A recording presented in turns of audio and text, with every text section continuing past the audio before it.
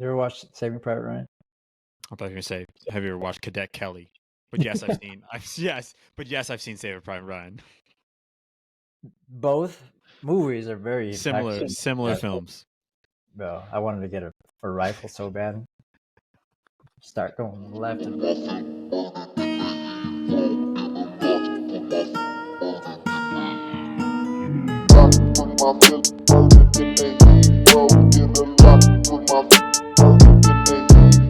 JT, how's it going? Chilling. Hey, ready More than that. to push some performance. I'm ready to push something. Hey, push some smoke. Like JT and I said off air, we don't necessarily want the smoke, but the smoke needs us. It needs us. Like Batman, it's not the hero we need, but the hero we deserve. Not the hero we deserve, but the hero we need. What's that? No, I think it's not the hero we need, but the villain we want. No, I'm just kidding. I just made that up. But I was like, is it? Am I that wrong? Oh, but no. This whole conversation came about from an absolute bar you dropped on me via text. You said boot camps are great for mental health and bad for physical health. And I was like, hold up, let's pause this conversation. This is something for the show. 1000%. We need to wrap on this on the show. Going back and forth on some boot camp style workouts. But yeah, so boot camps are great for mental health, bad for physical health. What do you mean by that? So don't put words in my mouth real quick. It's boot camps are great for your mental health, not so great for your physical health. Not so good. See, I said bad. Yeah, don't get that twisted. That's on me. It can be bad, and that's where this thought came from. It's I think with my experience of one attending boot camps and also leading them, we see the value in community, right? We see the value of the same people come into class and from all different walks of life and struggling together. When you struggle together, you form a different bond at the end of the day. So for sure, with that's where we see the value of the boot camps. Now, why I say it's not so great for your physical health is because it's not scalable, right? And when I say it's, if we think of boot camps as being, I don't know, more than 5 people, more than 6, even up to 30 people, and it's just you as a coach, how do you scale the ability to individualize training? That it's really challenging. I'm not gonna say it's impossible. It's really challenging. Definitely harder. It's harder. So with that, it's like, okay, let's just put one workout for everybody. Yeah. And if we're talking, if you've not worked out ever and then you do work out, it's great. Probably getting some benefit, right? Yeah. But I think over time, leading boot camps, I remember having a conversation last week, actually. I remember I was talking to who I've worked with quite a while. She mentioned another trainer. She's like, I'm not going to that trainer anymore. She didn't, she was there for socializing. She was there. She wasn't there to coach. I'm never going to class ever again. I'm thinking to myself, like, shoot, I think there's a lot of people who would probably say the same thing about me. I just didn't know would say it because they just never show up. And when I look back, what the conversation that I had with her, there's a lot of it was due to like lack of intent of movements or just like being there to socialize and just literally being there to have fun. And where that's great in some doses, but then if it's a class for people to get coaching from, when are you taking the time to do that? So I think why I say it's not so great for physical health is because it's not scalable as a coach to really individualize people, knowing that people come in with different pains, aches, certain backgrounds that, if you don't know their history, all right, just do this until you tell me it hurts. So, it's one of those things where you really have to balance and the coaching part of it. But it's curious to hear, Yeah, coming from a heavy CrossFit background I was yourself, which heavy in the field. they're leading, or they have led the community space in the Yeah, fitness I'd say so. world. So I'd say just so for curious to sure. hear your thoughts on that statement that I made. No, I mean I'm with you. I think like the one of the legends in the field, Stefan Underwood. He I think I don't know if it's him, but I'll give it to him. Coined the term entertainment, right? Mm, So it's like they're just coming in for the show, they're coming in for the vibes, they're coming in for the good time, and not necessarily like the stimulus of the workout. And like, yeah, I'm sure it's a hard workout. Like, yeah, it might be challenging, but it's not individualized. It's not, overloading progressively over time. It's not specific to a goal. It's just like we're gonna come in and sweat and be tired. So when I'm thinking about a boot camp, like and just defining that, like that's kind of the lens I'm looking at it from. Like, so maybe it's Orange Theory, maybe it is CrossFit, maybe it's Barry's, maybe it's F45, but all that's kind of like a similar style. And like, yeah, some programs like for CrossFit, for example, like I've been a part of some great CrossFit programs, and I've written what I consider pretty good CrossFit programs, and I've written and been a part of what I consider horrible CrossFit programs, where again, we're just violating principles of training, right? So like, it's too varied, it's non-specific, it's not individualized, and I'm not taking into account who I'm working with or who's coming to the facility. Especially like you said, if you have 15, 20, 30, however many people in a class, it becomes hard. Like it's not impossible, but it becomes really hard to scale that stimulus across that variety of people. Yeah, so we start there, like looking at some of those downsides. So you called out the inability to coach, um, being one of them. Like, and I remember back to one of my first jobs, working in a gym that had personal training, had boot camps, and it was like 40 people in a class. Like, if I have 40 people in a class, I'm not coaching. Like, just straight up. Like, if you have 40 people in an hour class, 45-minute class, like, you are not coaching. Like, yeah, you might, hey, when you're doing this squat, think about feeling your whole foot on the ground. Like, yeah, you might give some instruction. Yes, you might throw out like a chest up, or you might throw out a keep your heel. Like, you might throw out some feedback here and there, but like, you're not helping people move better. You're not helping people feel better necessarily. Like, you are really at that point, we're just like herding sheep. Like, we are literally herding mm-hmm. sheep, trying to make sure we're putting out fires, trying to make sure everyone's flowing through the class. So it's like more like, it's almost more like babysitting than it is Mm, like coaching when you get to that yeah, point. yeah, that's interesting. I think now that you're saying the word coaching Mm, consistently, I think it would be a good time for us to really define that, mm, because when you think of a group exercise class or a boot camp style class, if the goal is literally just to teach the class and have fun mm, and sweat, then your goal is accomplished, right?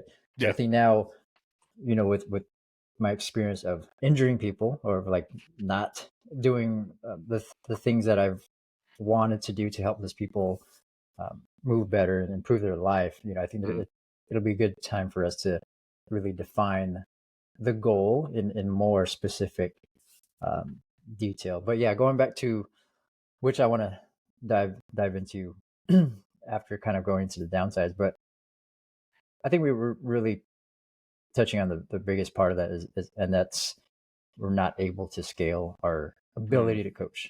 I don't think it's not so much that we're coaching or we're not coaching, but it's our inability to dive into each of those details within coaching. yeah. Can you Basically, give like, progressions and regressions yeah. We're for basically like people? tying one hand behind our back. Yeah, right. Like, if that's kind of the style that you're running with, we're literally operating, you know, we're setting ourselves up for failure. We're not setting ourselves Yeah, up for success. We're not setting our members up for success. And I think yeah. one of the things that another kind of downsides in this bucket of boot camps that we probably talk about the most beyond coaching is going to be program design. Mm, Maybe program design and session design. So like how you're designing your workout. But we can start with program design first, and more often than not, in the environments that we play in as coach educators, from a session design standpoint, or from a program design standpoint, sorry, there is no program design. Like it like it truly can be at its worst.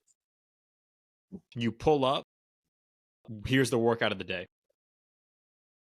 And I'm just at the board like, you know what? This one sounds spicy. This one sounds like it's going to suck. Here's a little sled. Here's a little lunge. Here's a little push up. Here's a little kettlebell swing. 20 minutes, whatever. Next day.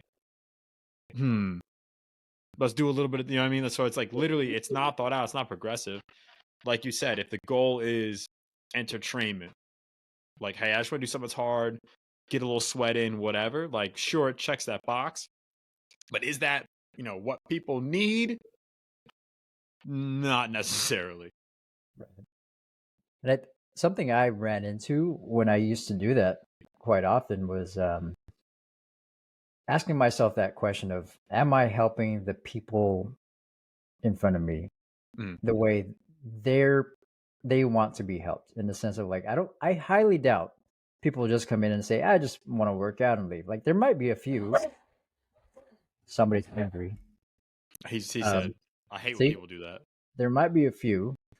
But if you really talk to people individually, like they have a goal and it's not a general goal. And if it is a general goal, they're probably not telling you the truth there. Right. And I think really thinking about that and understanding that everybody's life is different and they have individual goals in their life, I think that's where we could really start to think about that question and really start to look at our program. Like, am I helping all 30 people? And if I'm not, okay, how do I now dial back and find a way to do that? Right.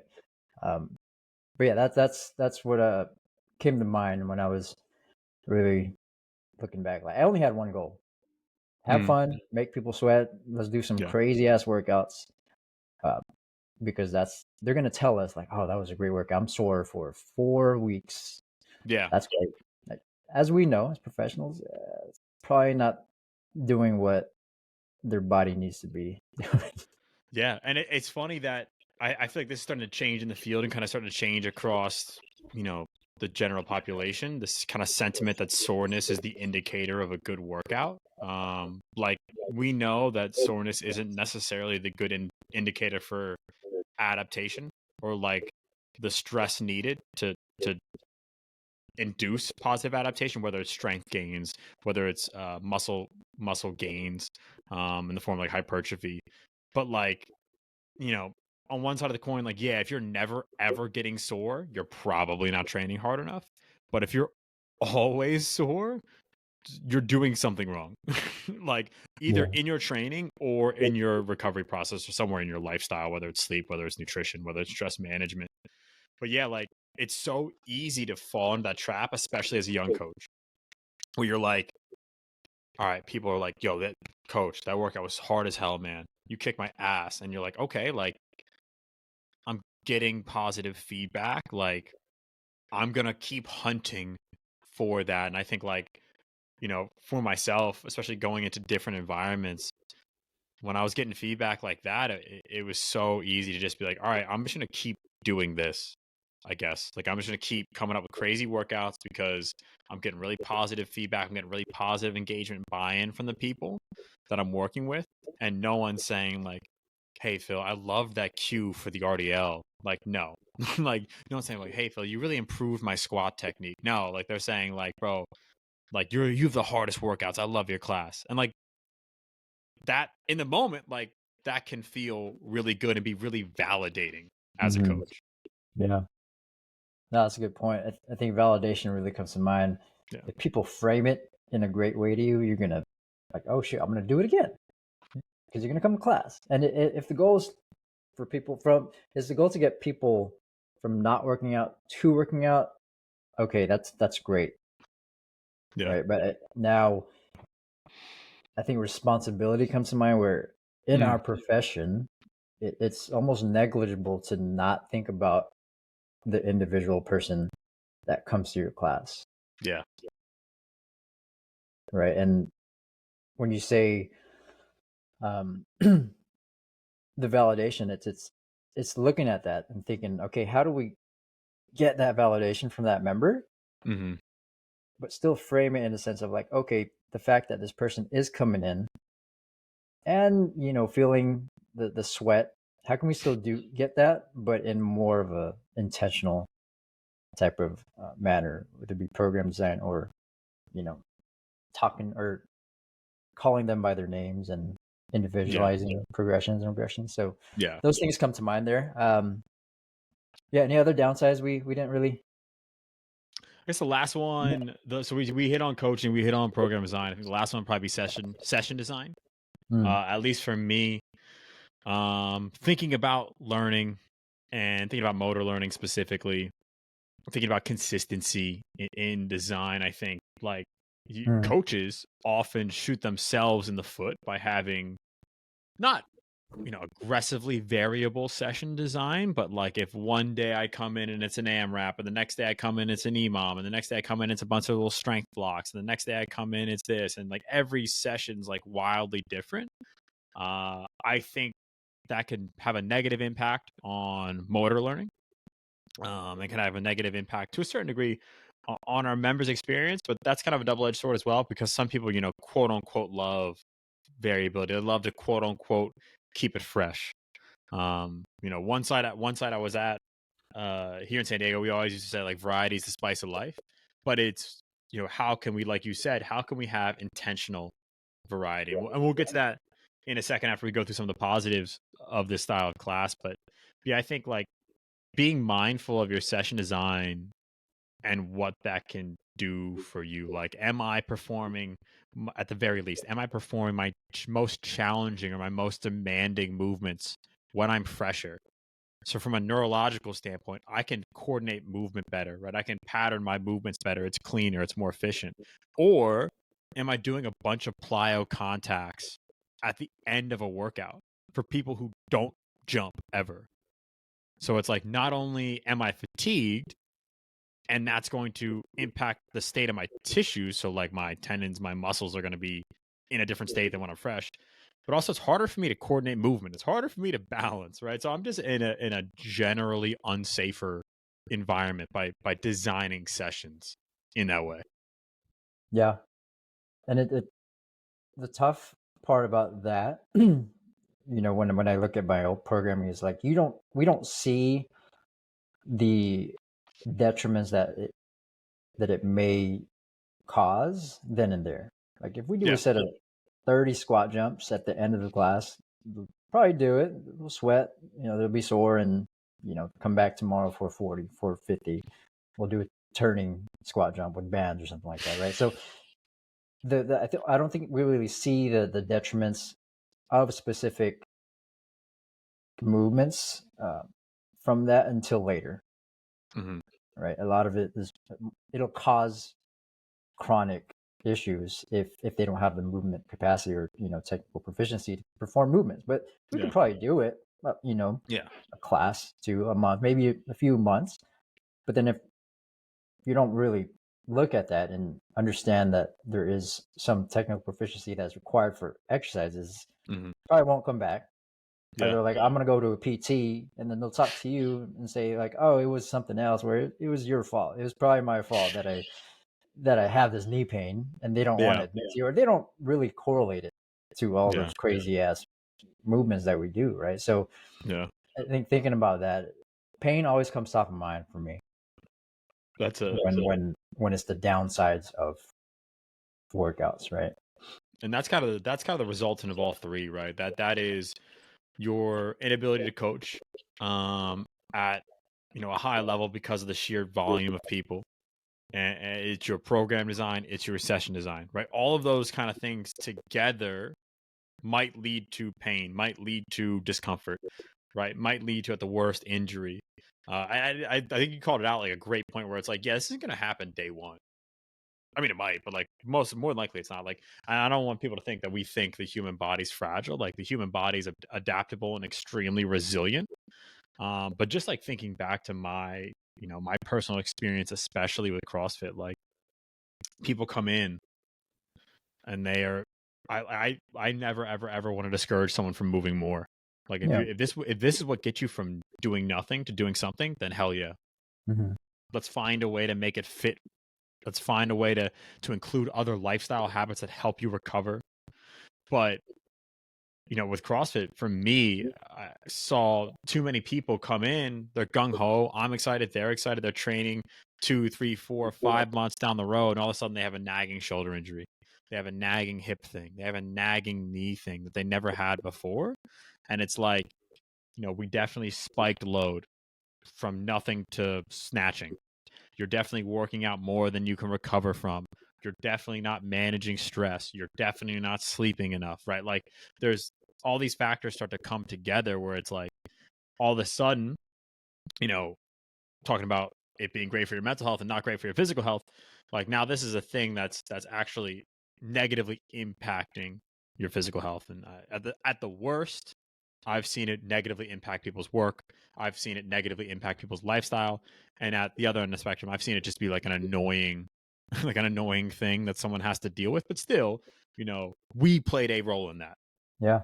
and taking some of the responsibility. Like, how can we better design our sessions so we mitigate that risk? Right. Yeah. I remember, vaguely, not vaguely, I vividly remember members talking amongst themselves, former clients, and they'll say like, I should have just not worked out. Like I came there to feel better and improve my body composition and go back to work with more energy. But now I'm injured. Now I can't go. I'm like, this is causing more issues than it should have caused issues initially. It should have helped them. So I'm like, Yeah, okay, how do I now look at my program and make sure we keep that top of mind, right? Their health, their movement quality, their ability to get more energy from it, and not not hang our hats on saying, oh, I killed them, oh, I destroyed them. yeah, Like hopefully that we say that jokingly, but I don't think that should be the goal if we're trying to appreciate this human in front of us and understanding they're here to feel better and have yeah. healthier body composition, all that stuff. So That's yeah, always. that's such a good point. Like the goal shouldn't be training hard. Like training hard is a means to a specific end. So like training hard is something that we can do to adapt, to get stronger, to get better. Mhm. But like the goal shouldn't be training hard, right? Like the goal shouldn't be kicking people's asses. It's like the goal is, how can I help this person in front of me like feel better, reach their goal, live better, live healthy, or whatever it is. And like, yeah, nothing wrong with doing a hard ass workout every now and again. But like, Mhm. your class can't just be that. Right. And I think And I like, think go for it, go for it. no, I was going to say, I think if us coaches reframe the word hard, like Mm, we could let them say hard. We'll educate them a long way, but we'll let them say they kicked their, coach kicked their butt, or the class is hard. But can we define hard as intensity? Because can mm, we modify that? Can we, look at the subjective word of hard and then understand that a little bit more in depth? And we're increasing intensity today, or we're increasing volume, and then we'll, mm, we'll let people who do take the class, define that in their own words, whether it be yeah, hard or butt kicked, whatever it may be, right? So I think going forward with that, of understanding those words and how do we now manipulate that in the program design, that'll give us yeah, a better idea of how to change things over time, right? yeah. No, it's I absolutely love it. Absolutely love it. Like, yeah, I mean, I always have to operate with a clear definition of what we're talking about. So yeah, for us, it's intensity and volume for sure. But let's switch gears a little bit. Let's think about like, okay, we've poo pooed on the boot camp a little bit at this point, but thinking about, okay, I mean, listen, we can say all the negative things we want, but clearly they're doing something right. Yeah. Right? Like, I mean, looking at the sheer numbers, looking at the sheer amount of gyms. Yes, I know CrossFit's taken a hit in recent years, but still, like boutique fitness and boot camps and things like that are still hot. So In your experience, what are some of the positives like that come with this style of class? People within the class, community, the laughs, hopefully, the smiles, right? I always think of like military movies. You ever watched Saving Private Ryan? I thought you were gonna say, have you ever watched Cadet Kelly? But yes, I've seen. I've seen Saving Private Ryan. Both movies are very Similar, impactful. similar films. Bro, I wanted to get a rifle so bad. Start going left and right. Hit a little swirl on them. Oh my goodness. Different tiers when I watch Saving Private Ryan, bro. It's it's It's like one and 1A. but when you think of military, band of brothers, like there's a Yeah. reason why people come out of that as brothers or they call themselves brothers because you struggle together, Hmm. right? You go in and fight for the same cause or be in the same place with one other person and share the struggle. And from that, there's a bond that you form. Yeah. So I don't want to, diminish the value of being in the military or, and compare it to a group exercise boot camp class. But the similarities there is that we're sweating together. We're doing the same exact workout with the Yeah. person next to us. They know it hurts. I know it hurts. Hmm. Shoot, we're doing this together. We're buddies now, right? So Yeah. that's one of the biggest things I think a boot camp slash group exercise class can provide from us from a very very very very positive standpoint, right? You create a bond with somebody you would probably not created um, if you didn't go. Now you're working Yeah. out. Yeah. No, I, I'm like, I mean, essentially, you're talking about tribe. You're talking about team.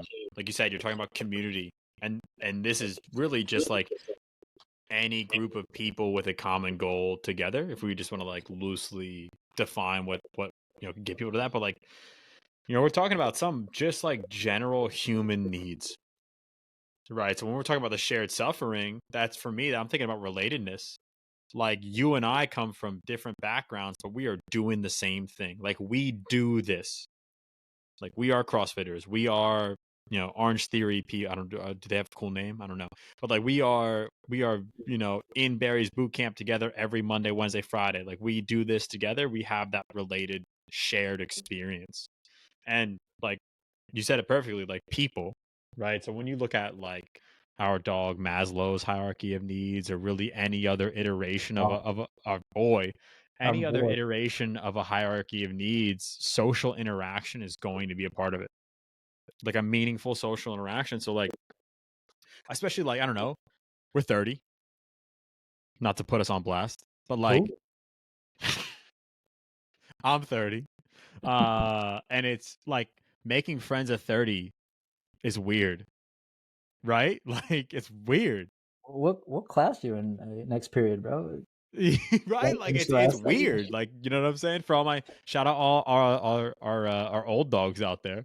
But like being in a group fitness environment, again, shared experience, community, friendship, building bond. Like it's just way more natural. It's more organic. It's easier and it's fun. Like Mhm. yeah, I think back to like my time, especially in CrossFit. It was like, and it was like what CrossFit does great. It's like it's not just the gym, but we do shit outside of the gym. So like we're going to bars, we're going to restaurants, we're hosting events, we're doing challenges, we're doing all this stuff, and it's like has such a positive impact on you know mental health, friendships, all of that. I've been watching a lot of prison documentaries, bro, on YouTube, right? Unprepared for that. There's a point of me saying this, but it. I've been watching crazy ones too, like crazy as in like different countries, Okay. like Philippines. I started with like, damn, it makes Africa, Philippines. It makes the U.S. look like an Airbnb. The way that their prisons are you know, Yeah. designed, and I probably watched all 10 different countries, and the one common thing that every prisoner says that they interview is the worst thing that could ever that could ever happen to them in the prison is solitary confinement, Mm, being alone. And mind you, people in the Philippines, they be shoulder to shoulder, bro, like yeah. sleeping Mm, in what's supposed to be a 6-person cell. There's like yeah. 50, right? Damn. And they still say the worst thing that could happen to them is solitary confinement. Like, would you not rather sleep by yourself, bro? And when you think about that, it just goes to show at the very, very extreme times of life, Yeah. you still want somebody there. Yeah. It goes back to the point of like, we need somebody Hmm. around us, people around us to literally survive. For sure.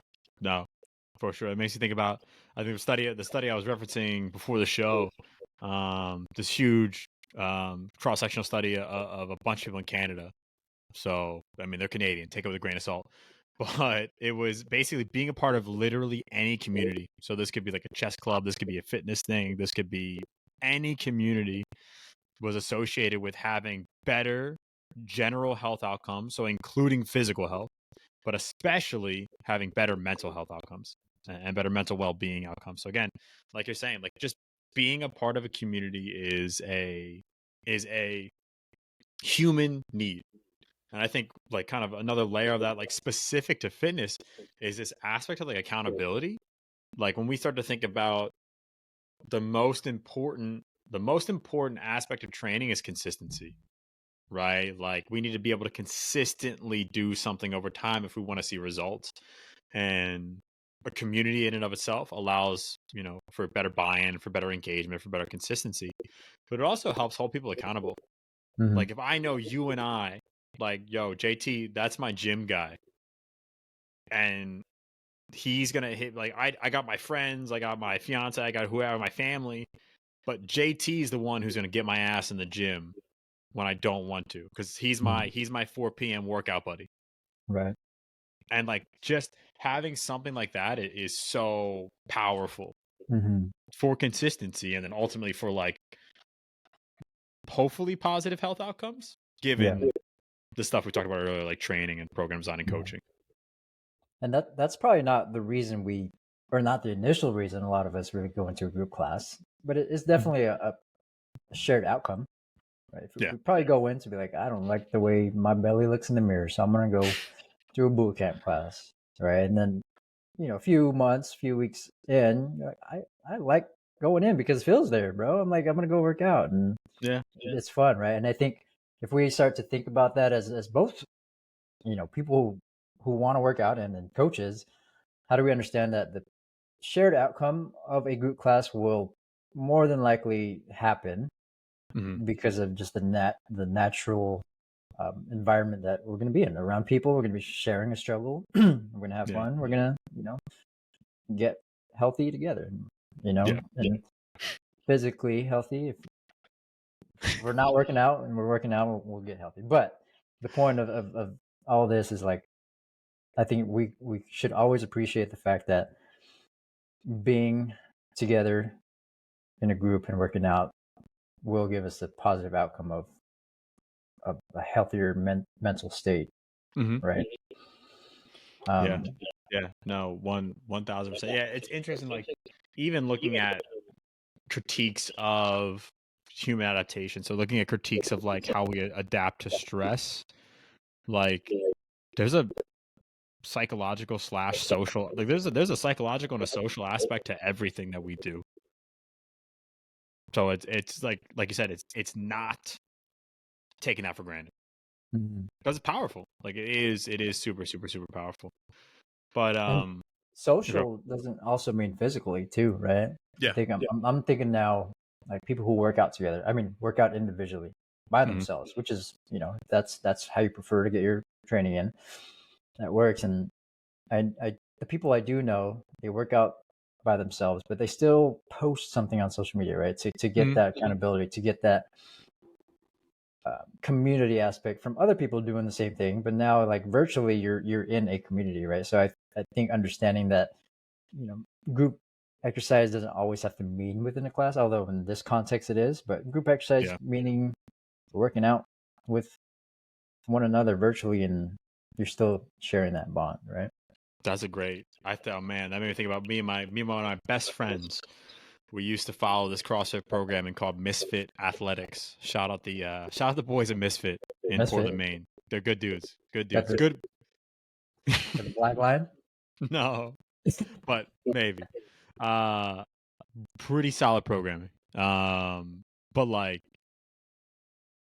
we met those guys like once, and him and I trained separately for the most part because of our work schedules, even though we worked out at the same gym. But like we were a part of a real ass community Mhm. virtually. Like I'm talking like workout board forums, everyone's posting, gassing each other up, giving each other tips, like people you do not know. The Mhm. only shared experience you have is that you're both following the same CrossFit programming, and the general goal for everyone was to compete at the sport at some level. So for Mhm. us, it was at the local level. For some people, it was at the regional level. For some people, it was at the games level. But like you said, it was totally virtual, like the connection, but it was still like a real shared experience. It was still a real community. It was still real social connection, or at least real enough to get the benefits. Mhm.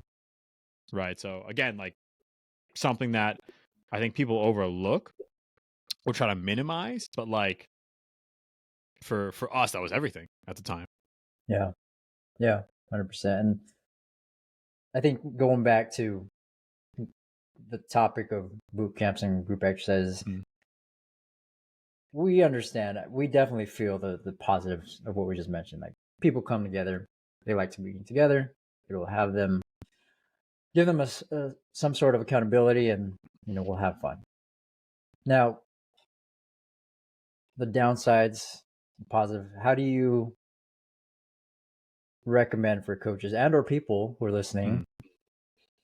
to really bridge that gap of understanding the positives? Yeah. I think we only really touched on one or a few, but understanding that that is definitely positive, and we want to keep that. Hmm. It's very, very important for people to continue to keep coming. Program design, individual variances. How do we now make Yeah. that look a little bit more beautiful? we marry these two things. Yeah, I think too often, and I want to say in our field of human performance, it's probably in other fields too, but I don't pay attention to anything else other than human performance, really. So, in our field of human performance, we create so many false dichotomies, right? It's this or that, right? It's squat or deadlift. It's boot camp or a well thought out periodized program. But it like just to argue on the internet. Like it doesn't have to be one or the other. Oftentimes it can be, but there's no reason it has to be. So yeah, for me, thinking about how my kind of class design and session design and my whole kind of vibe as a coach has evolved over my career. I think like it's two things can be true. We can have a kick-ass environment that people want to be in, and we can also train hard and train smart.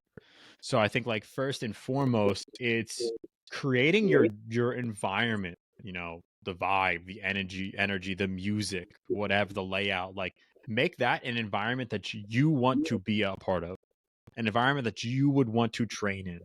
Right. So for me, when I'm coaching classes, the environment I'm creating, it's going to be higher energy. We're mostly going to be listening to rap music. We're going to be running around. We're going to be telling jokes. We're going to be having fun, not taking everything too seriously. Right. So like that from an environmental standpoint, regardless of what we do, that's the feeling in the gym. And then from a program design standpoint, I'm just making sure a majority of my program is not violating principles of training. Right. So it's specific to a goal. Let's say it's getting stronger. Cool. I'm gonna squat. I'm gonna use heavy movements. Right. Let's say it's improving body composition. Cool. I'm gonna do higher rep ranges. Right. I might glaze the arms up a little bit and hit a little arm workout at the end of the session. Whatever. Right? If it's endurance, cool. I'll do more ESD, right? But like specific to a goal, it's going to progressively overload people over time. And then I'm going to, in my program design, try to find ways to individualize it as much as possible. So I'm kind of getting the best of both worlds. And some of that individualization comes through capping class size too. But Hmm. I think for me, those are probably the biggest areas when I think about how I've kind of progressed over time. It's like, and trying to get the best of both worlds is focusing on my environment. And then, my program design, I'm not violating principles, but I'm also not too strict. Like, I think when I've gone wrong, it's when I've been like, all right, hey, we're doing 5x5 at 80%. And this is what we're doing. And we're progressing over time. But it's like, hey, you can do 6, you can do 3. I don't care.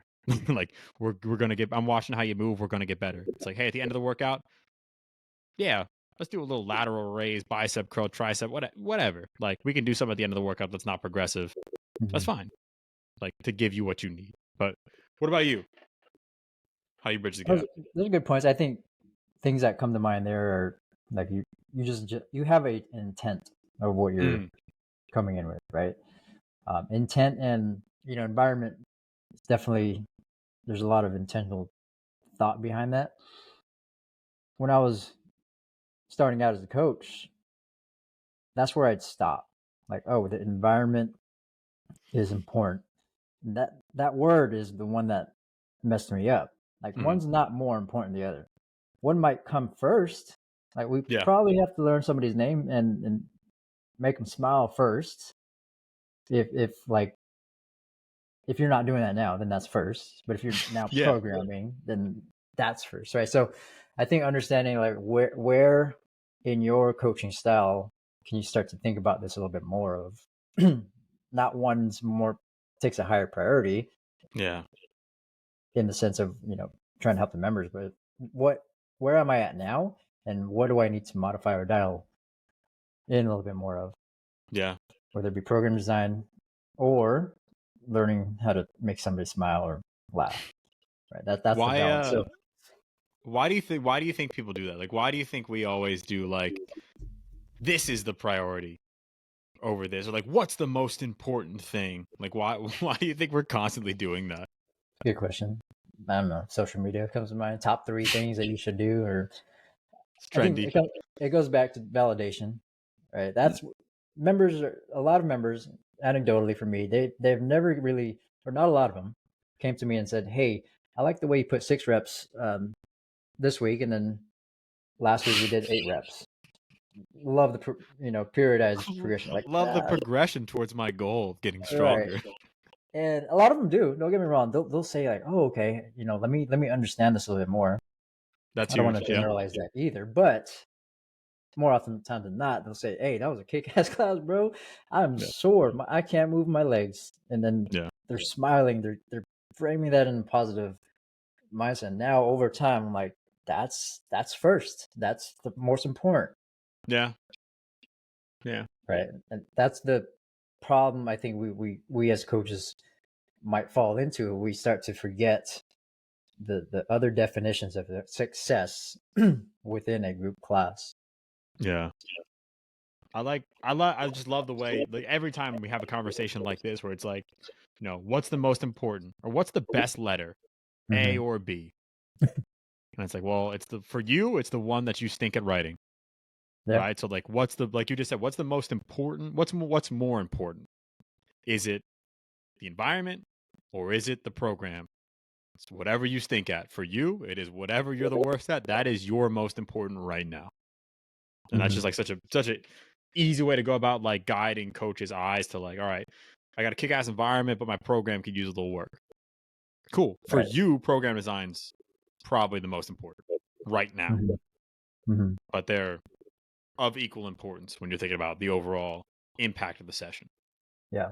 And I definitely want to, if there's younger coaches or coaches that are younger in their career listening to Mm-hmm. this, definitely want to give good takeaways and sense of how they can start to think about this a little bit more, knowing that there are some constraints that we can't really modify, like cap size. I know if Mm-hmm. I'm teaching a group class, 30 people show up, I'm gonna have to coach 30 people. So one thing that comes to mind, I'm curious to hear, something from your end too with Mhm. how we can start to look at the program design. Mhm. For me, I usually start with my warm ups individually, meaning or having an individual thought process in my warm ups. Mhm. So, for example, if there's 20, 25 people within the class, how do I now give, let's just say, three or four exercises for everybody to do for rounds, right? 2 or 3 rounds. Mhm. Now, can I go around in the room, talk to members individually and understand, okay, maybe this warm up exercise of a hip bridge is hurting their hip, right? Can I, why are they making that face?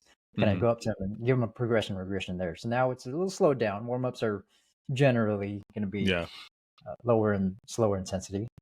So now I can have that ability to start to individualize members Mhm. in that setting, and then start to work from there. And the workout, leave it the way it is. But I think that was a good way for me to really start to practice that. Um, so just individualizing the warm up block or the cool down, just finding different ways and times within your session to give yourself the Yeah. opportunity to coach. But anything I love from that. your end? Yeah. I love the using the warm up almost like a test, like a gauge, an assessment almost. Yeah, coach during your warm up, especially in a good group environment. And like you said, we can start to practice the patterns. So it's like, hey, if I'm lunging in my workout, I'm going to lunge or split squat ISO or something in my warm up so I can see everyone's pattern. Okay, I can see the shapes that people can make. But yeah, I think along a similar lines, especially when working in a big class environment, it's even if my goal is strength, even if I'm doing a strength class, let's say my primary movement is a back squat, my secondary movement is a bent over row, one arm, and then my complementary movement in that kind of superset is some sort of ab movement or mobility movement, whatever. Instead of being like, hey, we have 4 sets of 5 at 80%, I might say, hey, you have 12 minutes, you have 15 minutes to get through as many sets as you can. The goal here is working at a load that's close to your 80%. So, somewhere between 75 and 85%. And the goal is by the end, you should not be like, like I can't breathe. I'm going to pass out. Like, no, this is a slow strength stimulus. So take your time between movements. And that's a whole educational thing. Knowing that the people in class who are like the go hards, the cardio folks, they might get 7 rounds and fly through it. But hey, get you next time. Like over education doesn't happen in a day. You got to be ready to hear this message to a certain degree, and I got to figure out a way to communicate to you that makes sense to you. That's all. It's a learning process on both ends. But then for my people who get it, they're getting the strength stimulus. Now, some people do 3 sets, some people do 5 sets. It doesn't matter. They're going to self organize and get a stimulus that's good for them. And then within that, like you said, if I'm using the warm up as a gauge, well, then I can know, hey, okay, this person can't do a bodyweight squat. They probably can't back squat. So I might give them a goblet squat. I might give them a heels elevated goblet squat, right? And you can even set like arbitrary rules for yourself, right? Like I might be like, hey, no new member, like first month, first class, at the very least, is going to squat with a barbell, is going to bench with a barbell, right? No matter who you are, you're going to get a regressed pattern or a regress loading for the same pattern, even if it's wrong. Like you come into my class, I don't know you. You're great at back squat, but I'm like, hey JT, just this is my rule. You can't. I don't have new people back squat. I want to see you squat, goblet squat, bodyweight squat, iso hold, whatever first, Mm-hmm. just so I can see you move. Like this is just my rule, and explain it to you in a way like, hey, at the end of the workout, I'm gonna put you on the assault bike, and you're gonna get the workout of your life. Like, don't even worry about that. Like for now, I want to keep you in a safe environment. I want to see you move, and almost frame it like I'm here for you. I care about you, even though Mm-hmm. that's quote unquote wrong because you can back squat, but I don't know that yet. Mm-hmm. Yeah. I think that's like that, like just like little things like that. And it's gonna look different from coach to coach, but like, trying to play around with ways like you said up top, how can we actually coach? Like, how can we put ourselves in a position to actually coach? Hmm. No, that's a good point, and I'm trying to put my this is 10 years ago. I'm trying to listen to Phil drop the bars, and to argue that, like, what if they're squatting nice, then what does that matter? Can I now just add some dumbbells? Can I do a little curl press? Can I put them on a Bosu ball? Like, if squatting, and our goal was squatting, is that how can I do that? Like, what's the problem with that?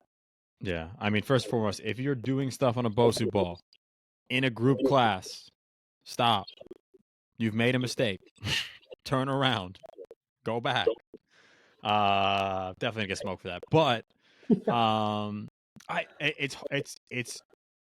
hard to say. I think it was Dr. Sarah Sarkis said a little bit of maybe, a little bit of yes, a little bit of no, some in between. Like when talking about psychology, it's the same thing. Anytime you're talking about humans, like it's always going to be a it depends situation. Like I just think you have to be intelligent with how you're loading someone, and that comes from understanding them. So you talked about getting to know their name, getting to know their something about them. But like, hey, when's the last time you've trained? Like, sure, your pattern looks great right now, but like, when's the last time you squatted? Mhm. Oh, a couple weeks ago. All right, like we could do a little something here. Like, okay, maybe push the load a little bit. Like maybe we work up to one hard set. Mhm. But if the last time you've squatted is never, or if the last time you've squatted is 10 years ago, then for me, I'm always like, listen, the last thing I want to do is spike your training load from nothing to a whole lot of something, knowing that again, the cardinal rule is consistency. So like you're gonna be smoked after this workout. Like, hey, I guarantee you have my stamp right here. I'm standing on this. If you haven't worked out in 2 years and you do anything in the gym, you're gonna be sore as hell. Mhm. Even if that workout in the gym feels easy. So it's like, Mhm. how can we, we talk about setting people up for success. Like, you're not gonna get your fitness goals in one workout. So it's like, how can we set up for a bunch of good workouts over time? That's through Right. managing load and consistency.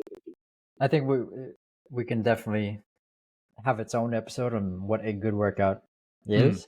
Mm-hmm. Um, I think on the going back to the Bosu ball, you know, squat variations, jump, insert movement here. Got a band on them. I would something I think about my old programming is like, why do people like that? Because people, they'll Yeah. smile, right? They'll like it and they'll do it, and then that validates us to be like, or reinforces us to continue to add and make it spicier and whatnot. And like, why do they like that? Why do people like doing that?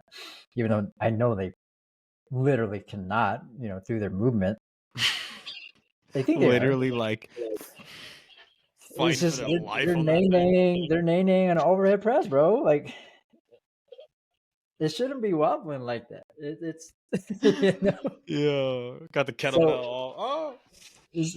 don't save the nay with at the class. So when I think about that, a lot of we as humans, we like to accomplish things that we didn't know we could. Mm-hmm. If somebody could squat on a Bosu ball and they couldn't before, like, oh shoot, that's Yeah. tough. I feel good about it. Let's see what else I can do. So I think understanding that people do appreciate the challenge in exercises, but I don't think that's something that we should continue to do. Is understanding that people like Yeah. accomplishing challenge. How do we put them in a better place or a successful position to do that? Yeah. Yeah. I like there's better tools, right? Like back to the quote about variety being the spice of life. When I was with a crew out here in San Diego working with Gen Pop, and they were really good about like I said earlier, 80% of our program is going to progress week to week. It's going to be thought out. It's going to be super intentional. We're going to have multiple progressions and regressions for people. We're going to coach the hell out of it. So Mhm. it's like we have a total body power block, we have a primary block, we have a secondary block, and then maybe our accessory stuff, maybe our little finisher. That's where it's like, you know what, we got 10 minutes left. Here's something challenging. Here's something that's varied. So maybe we're pushing and pulling sleds. Maybe we're doing a partner workout. Maybe we're slamming medicine balls and doing bear crawls and different crawling patterns. Maybe we're blasting arms and abs. Like, yeah, it might look different every day. Like, yeah, it might not progress over time, but again, it's safe. So I'm not jumping up and down on Bosu balls, bands in between my legs. Maybe I'm doing rope slams, like whatever. Like, it's going to be safe, and it's going to give them that little taste of variety, that little taste of that like boot camp style. But it makes sense within a broader and more intentional program. Mhm. Yeah. There's this since we're throwing out quotes, one quote Hit it. that helped me shift my mindset of, oh, this is general population. That means I'm generally just going to put a workout in. Mm, I thought about, I think somebody mentioned, I don't know who it was. I'd give them the credit, but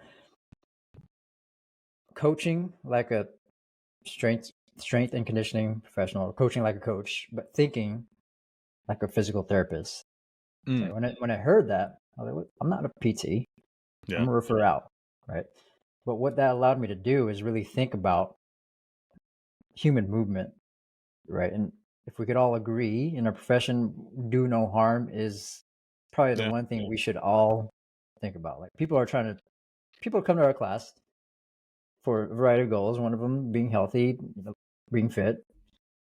We should probably not hurt them because yeah, if they're hurt, they can't come. So if we think about that, what causes pain? What causes the hurt? What causes the harm? And I yeah, think looking at it from that lens of from a PT, a physical therapist, of human movement mm, would gave me the mindset of, okay, how do I approach this big group, making sure I look at my program, look at my exercises, it's doing no harm. yeah, And if you're not sure what that is, do it yourself first, and let's see, let's start yeah, there. yeah, Um, and just because you can do it yourself doesn't mean that they can, but it's more understanding what are the limitations that you should think about when coaching a class, right? yeah. But yeah, land the plane here. Bill, I was literally just about to say, let's land this plane. land the plane. I mean, listen, a lot of great stuff in here. Probably a topic we'll have to dive into specific areas of a little bit deeper, but hopefully, I mean, more than anything, I I, I want to break down the false dichotomy, right? I want to break down the this or that, right? It's not boot camp style or thoughtful intentional program that's boring. Like, no, like we need aspects from both, right? So you need to have a strong sense of community, you need to create an environment that's fun and engaging, but also you should have a program that's intentional, that progresses over time, that's thought out and specific to the people that you're working with and their goal, right? So I think that's like marrying those two things are something that's just a nature of the beast in our profession. And like you said, for any coach out there, like whatever, and this is some reflection, this is some asking your colleagues, your managers, your members, whoever, to gain a better understanding of where you're at. But whatever your weakness is, so like if your weakness is the environment, if your weakness is program design, that is your priority. Like like JT said, it's not one or the other. One's not more important than the other. It's specific to you as a coach. So like for me, it's probably environment because I can get really obsessive on program design. But for somebody else, it might look totally different. Mhm. Yeah, I think another good takeaway thought we can have is looking at your whole session, looking at your whole program. What is my definition of success, and what are Mm, my goals that I want to achieve with this class? And it can't be general because, as we know, individual people come in you talk to them, I promise you, they'll give you some type of goal. Some people might say, I just want to be fit. You might just need to have a cup of coffee with them, and they'll give you a little bit more detail there. But I think we should appreciate everybody has an individual goal. So understanding that will now allow us to think a little bit more intentful and more in depth with how we're looking at our actual program, right? But I think those are all great takeaways. You know, one's not more important than the other, but one might be more important for you to work on. Mm-hmm. And you know, it'll be a wave of things. So Hey, yeah. then I thought I should have known that we would go deep in this one. I should have known. But JT, where can people find you? Oh shoot, somewhere in the Bay, bro. It's just look out for me and A different world than San Diego. A world away. Coach JT.mp3 Hey, love it. You can find me on same IG. place Let me on verify. IG.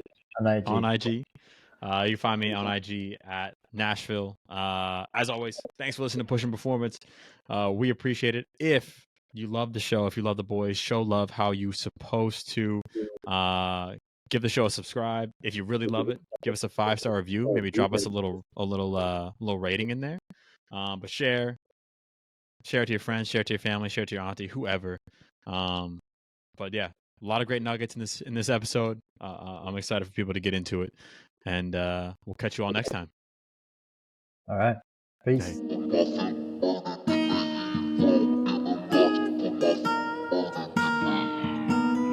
Rock with my feel, burning in the heat, roll, get a rock with my